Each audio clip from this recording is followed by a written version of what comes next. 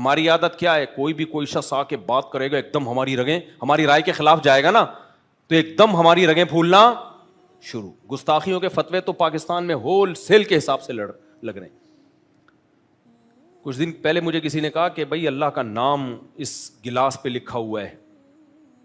اللہ نہیں لکھا ہوا تھا, جیسے اللہ کے صفاتی نام ہے نا, جیسے اللہ کے صفاتی ناموں میں حلیم بھی ہے اور کریم بھی ہے, ستار بھی ہے, غفار بھی ہے. تو انہوں نے کہا یار یہ کمپنی نے نا, کمپنی کا نام فرض کرو الغفار کمپنی تھا, فرض کر لو, تو یہ تو اللہ کا نام لکھا ہوا ہے, یہ گلاس نیچے گرے گا, پاؤں میں آئے گا, اس سے بے ادبی ہوگی, آپ اس کے خلاف بیان دیں. میں نے کہا خدا کا واسطہ, اللہ کا واسطہ معاف کر دو یار, کیوں اسلام کا مذاق اڑوا رہے ہو اتنا لمبا. اب میں فوراً ان کی بات سن کے جذباتی ہو جاتا, یار الغفار تو کس کا نام ہے؟ اللہ کا نام. اور غفار کمپنی بالفرض ہوتی اس کی ایسی کی تیسی کر دیتا. اس کے سائیڈ افیکٹ کتنے ہونے تھے بھائی. اگر غفار کمپنی کا گلاس زمین پہ گرنے سے اللہ کے نام کی بے ادبی ہو رہی ہے, تو غفار صاحب کو تو تھپڑ مارنا اسلام میں حرام ہو گیا. پھر جو سچی مچی کا غفار ہے اس کو تو گالی دینا بھی, وہ جو مرضی کرتا پھرے, آپ نے کہنا نہیں غفار بہت نیک ہے, وہ الو کا پٹھا ہو ہی نہیں سکتا, کیونکہ غفار کس کا نام ہے. اور غفار کو آپ نے بول دیا الو کا پٹھا, وہ کہے گا یہیں کہیں آپ نے لکھ دیا بھائی غفار تو 2 نمبر ہے. اس نے توہین کا کیس بنا دیا, بھائی غفار اللہ کا نام ہے اور اس نے کہا غفار کیا ہے 2 نمبر. تو ہم کیا تعویل کریں گے بھائی, اللہ کو نہیں کہا, یہ جو بندہ ہے نا غفار اس کو بولا ہے. تو کمپنی بھی بولے گی ہم نے اللہ کے نام کو نہیں گرایا, وہ جو کمپنی کا نام ہے وہ زمین پہ آ رہا ہے, وہ زمین پہ آ رہا ہے. الکریم بیکری کچھ بھی لکھا ہوا ہے. اب میں آ کے کہہ رہا ہوں الکریم والوں نے فراڈ کیا, میں نہیں کہہ رہا کہ یہ فراڈ, ایسا نہ ہو کہ کلپ نکلا دے کہ یار الکریم کی گستاخی. یہ گستاخی کے جو پیک پہ پہنچے ہوئے ہیں نا, جنونی مذہبی جنونی, یہ آپ کو صرف پاکستان میں ملے گی یہ جنون, دنیا میں کہیں بھی یہ جنون نہیں ہے. بات بات پہ ذرا سی بات پہ کچھ بھی نکال کے گستاخی. تو یہ حلم نہیں ہے. حلم کا مطلب بردباری کے اس کے 20 پہلوؤں سے بھائی اس پہ غور کرو کہ اس کے کیا سائیڈ افیکٹ ہوں گے. لوگوں کا نام بھی محمد ہوتا ہے کہ نہیں ہوتا. ایک صاحب مجھے کہنے لگے, میں نے کہا اپنے بیٹے کا نام محمد رکھو, میں نے بھی اپنے بیٹے کا نام محمد رکھا. انہوں نے کہا نہیں, اگر کوئی شخص یہ کہے گا محمد جو ہے نا یہ کوئی کبھی الٹا کام کرے گی اور کہ محمد ایسا ہے تو یہ تو نبی کی گستاخی ہو. میں نے کہا بھائی جان وہ ہمارے پیغمبر کو نہیں کہہ رہا, وہ تیرے بچے کو کہہ رہا ہوگا. وہ موسیٰ نام ہوتا ہے, لوگوں کا نہیں ہوتا. تو اگر وہ غلط کریں گے, موسیٰ کو جو موسیٰ نام کے لوگ ہوتے ہیں پھانسی کی سزائیں بھی سنائی گئی ہیں بہت سے لوگوں کو. اب جج نے کہا کہ یہ جو موسیٰ ہے, یہ والا موسیٰ جو انڈا موڑ پہ رہتا ہے, عدالت پھانسی پہ لٹکنے کا حکم دیتی ہے. آپ نے کہا موسیٰ, یہ تو توہین ہو گئی موسیٰ. تو جیسے نام کو جب کسی کا نام پڑ جائے تو یہ اس کا نام ہے, اس موقع پہ یہ اللہ کا نام نہیں ہے. ایسے ہی کمپنی پہ اگر اللہ کے صفاتی نام میں سے کوئی نام لکھا ہوا ہے اور اللہ کے نام کی حیثیت سے نہیں لکھا, وہ کمپنی کے نام کی حیثیت سے لکھا ہے یا کسی بندے کے نام کی حیثیت سے لکھا ہے, تو بھائی اس کے وہ حکام نہیں ہوں گے جو کس کے ہیں, اللہ کے حکام ہیں.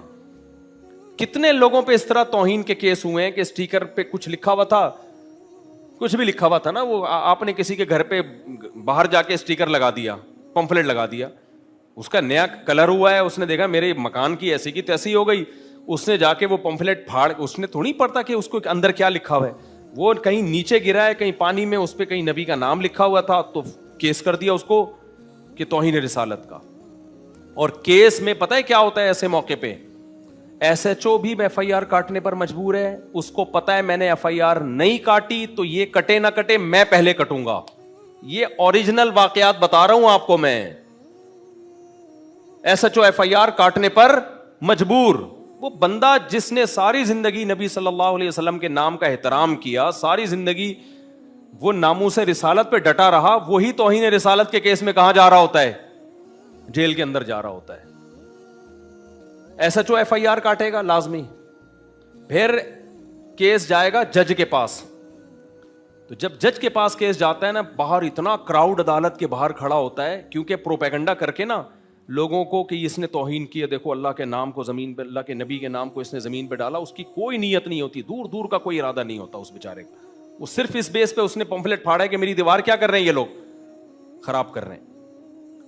تو جب جج کے پاس کیس جائے گا تو جج کو پتا ہے کہ میں نے اگر اس کیس میں اس کو بری قرار دے دیا تو لوگ اس کو بھول جائیں گے, یہ سارا مجمع کس پہ چڑھے گا؟ میرے اوپر. دو بے گناہ لوگوں کو نا اس طرح جیل کے, جو یہ تو میں نے براہ راست وکیل سے سنا ہے, یہ وکیل کا نام میں ہائی لائٹ نہیں کر سکتا. وکیل کہہ رہا ہے, جو مجرم کا وکیل ہے نا, جو مجرم نہیں تھا یعنی جس پہ الزام لگا تھا, اس کا وکیل کہہ رہا ہے مجھے پتا ہے کہ میرا جو موکل ہے وہ بے گناہ ہے, لیکن میں نے اپنی گردن بچانے کے لیے اس کو جیل بھجوا دیا, کیونکہ باہر اتنا کراؤڈ نا, کورٹ کے باہر لوگ کہہ رہے ہیں اگر یہ بچ گیا نا تو تجھے نہیں چھوڑیں گے, ہم وکیل کو نہیں چھوڑیں گے. تو یہ حلم بردباری ہے؟ بولو, یہ من حیث القوم اجلت بازی ہے. وہ جو قرآن کہہ رہا ہے نا کہ ان الانسان خلق ہلوعا, جل باز ہے, تو قوم بھی جل باز, اور انفرادی طور پر بھی ہم کیا ہیں؟ جل باز. کوئی نہیں دیکھ رہے, کوئی سینس استعمال نہیں کر رہے, اور اسی جل بازی پہ لیبل کیا لگا ہوا ہے؟ عشق رسول کا. یہ اور بڑا جرم کہ جو غلط کام کر رہے ہو آپ. ہمارے نبی کیا جل باز تھے؟ اگر جل باز ہوتے تو صلح حدیبیہ میں کافروں کی شرائط مانتے کیا آپ صلی اللہ علیہ وسلم کے علم میں یہ تھا کہ ابھی کافروں کی شرائط ماننے میں وقتی نقصان ہے ہمارا, فیوچر کس کو, فیوچر میں فیور اس کا کس کو ملے گا؟ ہمیں ملے گا. کوئی بات نہیں, دب کے ان کی شرائط قبول کر لیا آپ نے.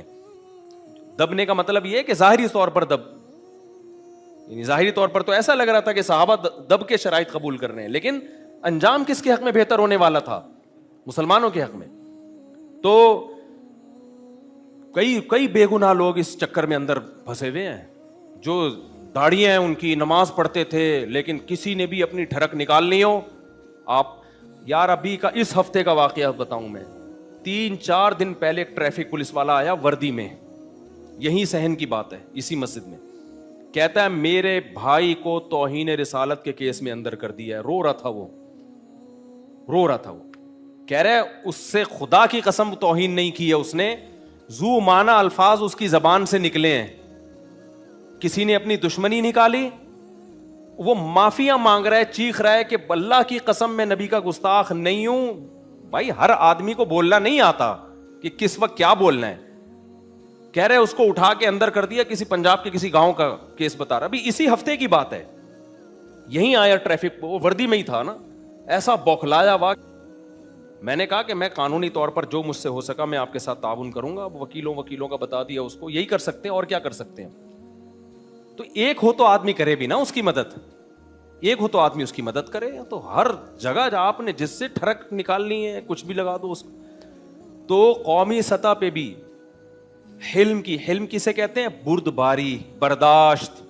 ہم یہ نہیں کہہ رہے کہ لوگوں کو اجازت دے دو کہ نبی کی توہین کریں, نا نا نا نا نا بھائی, توہین کا دعویٰ کرنے میں آپ جلد بازی مت کریں, اگلے کو ایکسپلینیشن کا موقع دیں. آپ اس کو موقع تو دیں کہ کیا بولنا چاہ رہا تھا, منہ سے کیا نکل گیا.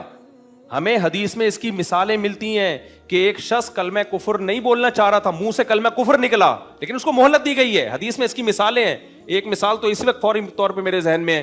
نبی صلی اللہ علیہ وسلم نے فرمایا پچھلی امتوں میں ایک شخص کا جانور گم ہو گیا.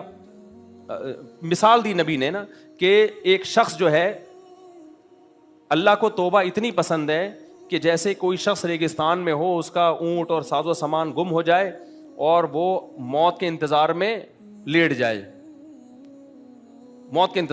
جائے اور آنکھ لگ گئے اسی اسنا میں. جب آنکھ کھلی ہے تو اس نے دیکھا کہ اس کا اونٹ اور سب کچھ اس کے سامنے, تو کتنا خوش ہوگا نا. تو اللہ کے نبی نے فرمایا اسی طرح جب کوئی بندہ توبہ کرتا ہے تو اللہ اس سے بھی زیادہ خوش ہوتے ہیں. اس حدیث میں آخر میں ہے کہ وہ بندہ اتنا خوش ہوا کہ اس نے کہا اے اللہ تو میرا بندہ اور میں تیرا خدا. ٹھیک ہے نا, یہ کلمہ کفر ہے یا نہیں ہے؟ لیکن آپ صلی اللہ علیہ وسلم نے غصے سے نہیں یہ بات فرمائی کہ وہ بندہ کہہ رہا ہے اللہ تو میرا بندہ اور میں تیرا خدا. آپ نے فرمایا اخطأ من شدت الفرح, اتنا خوش ہوا تھا کہ خوشی میں اس کو پتہ ہی نہیں کہ میں زبان سے کیا نکال رہا ہوں. یہاں لوگ کہتے ہیں نہیں اس کو پتا ہونا چاہیے میں زبان سے کیا نکال رہا ہوں. بھائی بعض دفعہ نہیں پتا ہوتا انسان کو کہ میں زبان سے کیا نکال رہا ہوں. اس کو جلد بازی میں کوئی بات ہوئی ہے اس کو موقع تو دو. اور یہ لوگ خود جب ان کی زبانیں لڑکھڑاتی ہیں نا پھر چوڑے میں آتے ہیں. جو دوسروں کے ساتھ کر رہے ہوتے ہیں وہی ان کے ساتھ ہوتا ہے, وہی ان کے ساتھ ہونا شروع ہو جاتا ہے. تو اخطأ من شدت الفرح, نبی نے یہ جاگتی حالت میں اس نے کیا. یہ نبی جو مثال دے رہے ہیں نا جاگتی حالت کی. اسی طرح ہم کہتے ہیں جو اشرف علی رسول اللہ والا کلمہ پڑھانے کا جو منجن آج کل جہلم والی سرکار نکال رہی ہے نا, وہاں بھی ہے کہ اس کو خواب میں آیا لا الہ الا اللہ اشرف علی رسول اللہ, تو انجینئر کہتا ہے کہ جاگتی حالت میں بھی, واقعی جاگتی حالت میں بھی اس نے پڑھا ہے. لیکن کیسے پڑھا ہے؟ کہہ رہے میری خواب سے آنکھ کھلی ہے تو میری زبان پہ غیر اختیاری طور پہ یہ کلمہ آ رہا ہو, کیونکہ خواب میں یہ دیکھ رہا ہے نا, تو جاگتی حالت میں بھی یہ کلمہ اس کی زبان سے جاری ہوا اور گھبرا رہے کہ یہ ہو کیا رہا ہے. اس کا مطلب وہ جان بوجھ کر یہ کلمہ زبان سے نہیں دہرا رہا تھا. تو بھائی جب ایک چیز اختیار میں نہیں ہے تو اس پہ نہ فتوے لگتے ہیں, نہ اس کو برا بلا کہا جاتا ہے, بلکہ اس کی تعویل کی جاتی ہے. جیسے یہ جو شخص تھا جس کی نبی صلی اللہ علیہ وسلم نے مثال دی ہے, اس نے تو اشرف علی رسول اللہ والے کلمے سے بھی زیادہ بڑا جرم کیا تھا. اس نے تو کہا اللہ تو میرا بندہ میں تیرا خدا. یہ تو اور کیونکہ ختم نبوت کا انکار بھی جرم ہے, لیکن اللہ کو اپنا بندہ کہہ دیتے نا, اس سے بڑا جرم تو دنیا میں کوئی ہو نہیں سکتا. اور جاگتی حالت میں کہے ہیں, لیکن آپ نے کیا فرمایا؟ خوشی کی شدت میں کیا ہو گیا؟ زبان سے یہ الفاظ. کیا مطلب؟ اختیار سے نہیں.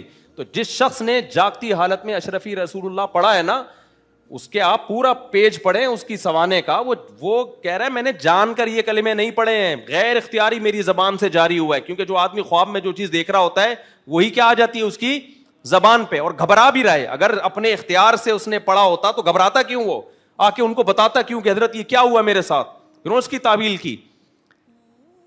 لیکن انجینئر علی مرزا کو 4 سال سے ہم یہ بات سمجھا رہے ہیں اور اس کمبخت کو سمجھ میں بھی آ رہی ہے, سمجھ میں بھی آ رہی ہے, لیکن رجوع نہیں کر رہا کیونکہ انتہائی ڈھیٹ آدمی ہے. ڈھیٹ نہیں, بے شرم آدمی ہے, انتہائی بے شرم انسان ہے. اور ایک مولوی صاحب ہیں پنجاب کے, میرے ذہن سے ان کا نام نکل گیا, انہوں نے انجینئر کی وہ کلپ چلائے ہیں کہ جب اس کے بابے سے ایسی غلطیاں ہوئی ہیں تو کیسی تعویلات کی کر رہا ہے. اس کے بابے سے بھی غلطیاں ہوئی ہیں جن کو اپنا بابا مانتا ہے, تو پھر دیکھو کیسا گھماتا ہے بات کو. تو اس میں انشاءاللہ بھی کلپ ریکارڈ کرواؤں گا, یہ تو پھر بیچ میں بات آ گئی. تو خیر, تو اب کیا ہے, الحلم والانا جو ہے نا, حلم کسے کہتے ہیں؟ بردباری. تو قوم میں بردباری بولو نہیں ہے. اور کوئی بات نہیں, بردباری نہ ہوتی, آپ اس بردباری نہ ہونے پر مذہب کا لیبل لگا کے اور بڑا جرم کر رہے ہو. دیکھو کتنے لوگ چرس پیتے ہیں, کیا اسلام میں چرس ہے؟ نہیں ہے, لیکن چرسی اس پہ اسلام کا لیبل نہیں لگاتے. لیکن اگر کوئی چرسی اسلام کا لیبل لگا کے چرس پینا شروع کر دے کہ یہ عین اسلام ہے, تو پھر چھوٹا مجرم ہوگا یا بہت بڑا مجرم ہوگا؟ بہت بڑا مجرم. تو اسی طرح اسلام میں حلم ہے, بردباری ہے, جلد بازی اسلام میں نہیں ہے, ہلڑ بازی اسلام میں نہیں ہے. جلدی میں کسی پہ فتویٰ لگا دینا, گستاخ قرار دے دینا فوری, یہ اسلام میں نہیں ہے. تو لیکن اگر آپ جلد بازی سے کام لے تو حلم جس کی اسلام میں تعریفیں ہیں, اور جلد بازی جس کو اسلام برا عمل قرار دیتا ہے, آپ اگر جلد باز ہو بھائی, لیکن اگر آپ اس پہ عشق رسول کا اور ناموس رسالت کا لیبل لگا دیتے ہو, پھر یہ چھوٹا جرم نہیں ہے, یہ پھر کیا ہے؟ بڑا جرم ہے یہ. اور قتل انسانی یہ اور عمر قید, یہ تو بہت بڑی سزائیں ہیں, اس پہ تو بہت سخت معیار ہونا چاہیے کسی کو سزا دینے کا. اسلام میں نا حدود ذرا سے شبہے سے ساقط ہوتی ہیں, پتہ ہے آپ کو؟ یہ جو گستاخ کی سزا ہے نا اسلامی پاکستان کے قانون میں, اس میں یہ لکھا ہوا ہے کہ بطور حد سزا دی جائے گی, بطور حد. اور حد کے بارے میں پوری امت کا اجماع ہے, جب تک جرم یقینی 100% بالکل بے غبار طریقے سے ثابت نہیں ہوتا, اس وقت تک سزا نہیں دی جا سکتی. اس کی میں چند مثالیں دیتا ہوں, کیونکہ یہ جو قرآن میں نے آیت پڑھی ہے نا, یہ جب تک میں مثالیں نہیں دوں گا تو آپ کو کیسے پتا چلے گا کہ ہم اس آیت کا اپنی سوسائٹی میں کیسے انکار کر رہے ہیں. آیت میں نے کیا پڑھی تھی؟ ان الانسان خلق ہلوعا, انسان جلد باز ہے. تو اللہ برائی کے طور پہ بیان کر رہے ہیں کہ جلد بازی کو چھوڑو تم. تو میں اس کی مثالیں جب تک نہیں دوں گا, لوگ مجھ پہ الزام لگا رہے ہوتے ہیں مصعب آیت لے کے چلے اور مثالیں توہین رسالت کی اور ناموس رسالت کی اور فلانے کی اور ڈمکانے کی, درس تو ہو نہیں رہا. اور بھائی اس آیت کو بیان کرنے کا کیا فائدہ جس کو آپ سوسائٹی پہ اس کا امپلیمنٹ ہی نہیں کر رہے, آپ بتا ہی نہیں رہے سوسائٹی کو کہ کیسے ہم اس آیت کی دھجیاں اڑاتے ہیں. یہ تو پھر وہی خطبہ ہو گیا جو عرب ملکوں میں ہوتا ہے کہ لا کے پکڑا دیا اور خبر نامے کی طرح بیان کر دیا.